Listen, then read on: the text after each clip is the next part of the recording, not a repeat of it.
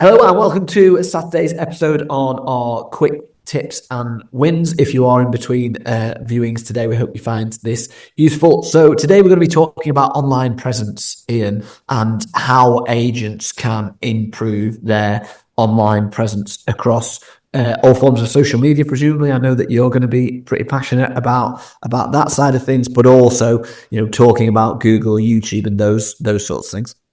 Some people would consider YouTube social media. I kind of have it as a little bit of a separate in my own head.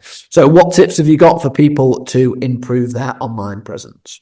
Well, I could talk about this one all weekend, which I'm not going to.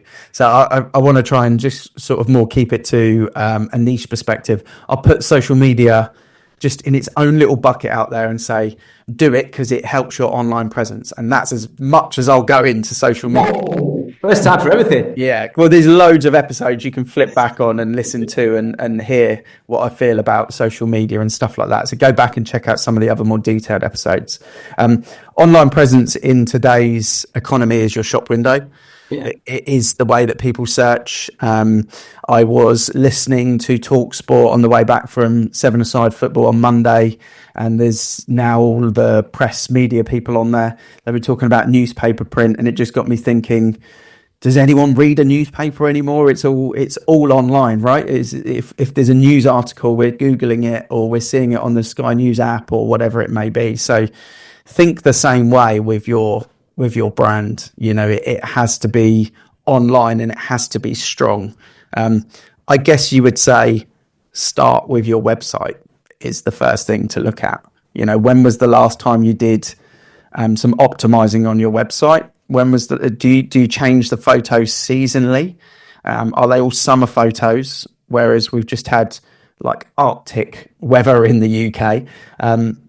So is everything seasonal? Is the content regularly updated?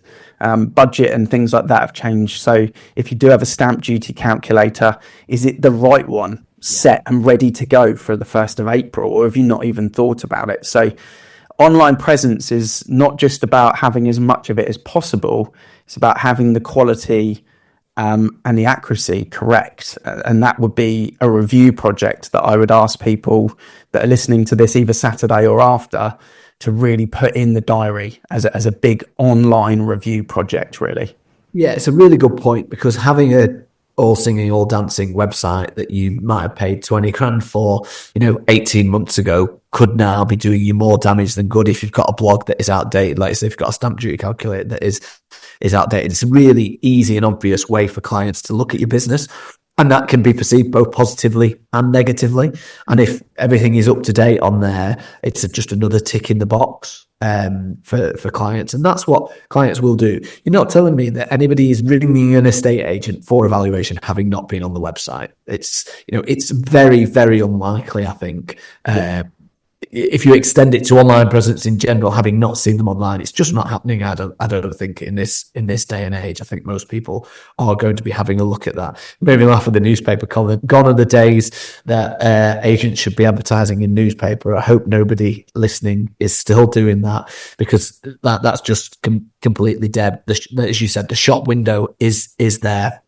And what I would say on this, the other thing to have a look at is Google, because if they are looking at your website, they're probably also going to come through from Google. So have you got your Google up to date? Is that accurate? Same sort of thing with seasonal stuff, opening hours, contact telephone numbers being right. Is it easy for people to actually get in contact with you and do something that you want them to do when they're landing on your website? Book evaluation, search for properties, book a viewing. How easy is that process for clients to go through? It's a real good thing to review that can, referencing back to what would we be on Thursday's episode on KPIs, referencing back to Thursday's episode, it's one of those things that could really move the needle on that. Yeah, absolutely. And I think, with the newspaper, but with the Google footprint, have you got your Google Analytics set up? And are you reviewing your Google Analytics with your web developer or with your marketing consultant or your business coach or whoever does it with you? Because you want to know, am I getting more organic search, or is it all paid? Or if I'm not doing paid, where is it coming from? Where is the source coming from? Is it coming from Facebook? Is it coming from search terms? Where's it coming from? Because it helps you then work out where you need to put your effort into the online presence. If it's coming from blogs and, like you say, kind of Google Maps and those types of things, do more of that. And for me, as an example, last year we had our Facebook page hacked. It's still a problem, if I'm honest with you, and you'll see a bit of an announcement about that in February for us. But we had it hacked, and it meant that someone abroad took the ad account and tried to run some ads for it, and they were selling like mops and things like that. It was weird. Anyway, it's a different conversation. But what it meant was our ad account was pulled, so we couldn't spend Facebook and Instagram ads anymore. And I looked at the Google Analytics a few months later, and at its peak, when we were really pushing the ads, we had then dropped to 15% of the web traffic. So 85% drop on web traffic for not running ads, because obviously that's my thing, that's what we do. So from an organic point of view, we dropped down to what I would classify as a normal agent in the area, or as a normal agent for what we do. But by running the ads efficiently, I was able to increase to 85% more traffic through what we were doing.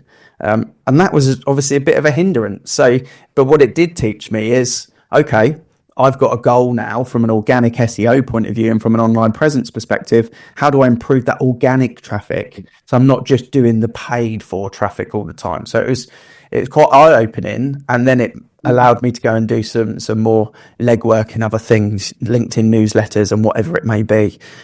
So a bit of a project for Cindy, my head of marketing, to work on is, I'll do the paid stuff and you do the organic, and let's try and get that ratio built and improved. But you need to know that we spoke about KPIs. That's a KPI that someone might want to focus on 1 year, basically. Yeah, a really easy way that you can, if you are doing that, you can look at and try to improve, because that's your online presence. You want people onto your website. You want people converting. And are you testing on there as well? I know you've done a lot of this with the ads. The A/B testing now with your online presence is so important. So have a look at, not only is the website up to date, does it reflect truly the brand, but is there another option that you could use on a landing page on the website, on the valuation form, that actually could improve your conversion? Because that's the type of thing that can just move the needle and improve business performance very, very easily. Yeah.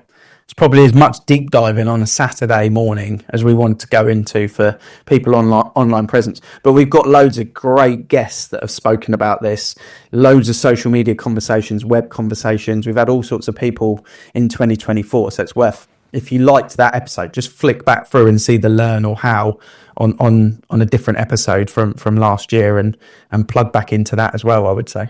Yeah, absolutely. And tomorrow we're going to be talking about what we can offer and how we can drive value as agents for a special, and probably our first ever Sunday episode as well, Ian.